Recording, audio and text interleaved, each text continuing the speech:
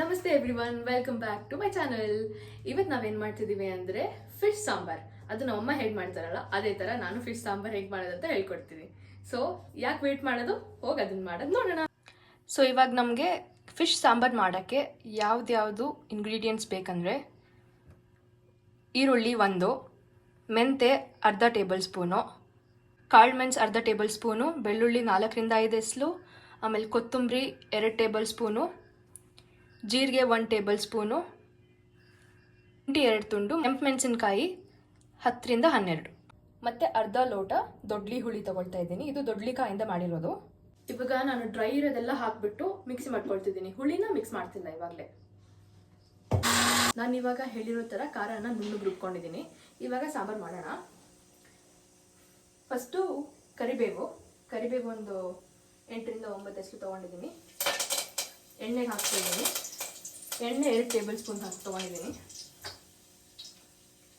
ಮತ್ತು ಉದ್ದುದ್ದ ಹೆಚ್ಚಿರೋದು ಆನಿಯನ್ಸ್ ತೊಗೊಂಡಿದ್ದೀನಿ ಅರ್ಧ.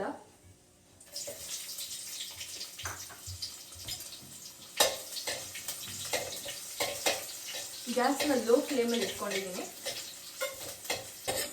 ಈಗ ಈರುಳ್ಳಿ ಎಲ್ಲ ಸ್ವಲ್ಪ ಬ್ರೌನ್ ಆಗಿದೆ ಅಲ್ವಾ. ಇವಾಗ ಟೊಮೆಟೊನ ಆ್ಯಡ್ ಮಾಡ್ಕೊಳ್ಳೋಣ. ಟೊಮೆಟೊ ಹಾಕ್ಕೊಳ್ತಾ ಇದ್ದೀನಿ. 2 ಟೊಮೆಟೊನ ಉದ್ದುದ್ದ ಕಟ್ ಮಾಡಿಕೊಂಡು 2 ಭಾಗ ಮಾಡ್ಕೊಂಡಿದ್ದೀವಿ. 1/4 ಟೇಬಲ್ ಸ್ಪೂನ್ ಅರಿಶಿನ ಹಾಕ್ತಾಯಿದ್ದೀನಿ. ಈಗ ನುಣ್ಣಗೆ ರುಬ್ಕೊಂಡಿರೋ ಖಾರನ ಹಾಕಿಬಿಟ್ಟು ಇಷ್ಟು ಕನ್ಸಿಸ್ಟೆನ್ಸಿ ಬರೋ ತನಕ ನೀರು ಹಾಕಿ ಮಿಕ್ಸ್ ಮಾಡಿದ್ದೀವಿ. ಇದನ್ನು ನಾವು ಕುದಿಯೋಕ್ಕೆ ಬಿಡಬೇಕು. ಹುಳಿಗೆ ಅರ್ಧ ಗ್ಲಾಸ್ ದೊಡ್ಲಿ ಹುಳಿ ಹಾಕ್ತಾಯಿದ್ದೀವಿ.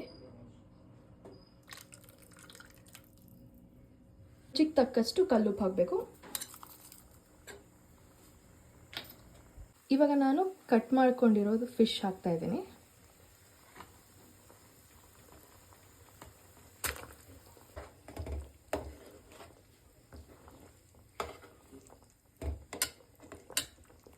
ಇವಾಗ 5 ನಿಮಿಷ ಇದನ್ನು ಚೆನ್ನಾಗಿ ಕುದಿ ಬರಿಸ್ಬೇಕು.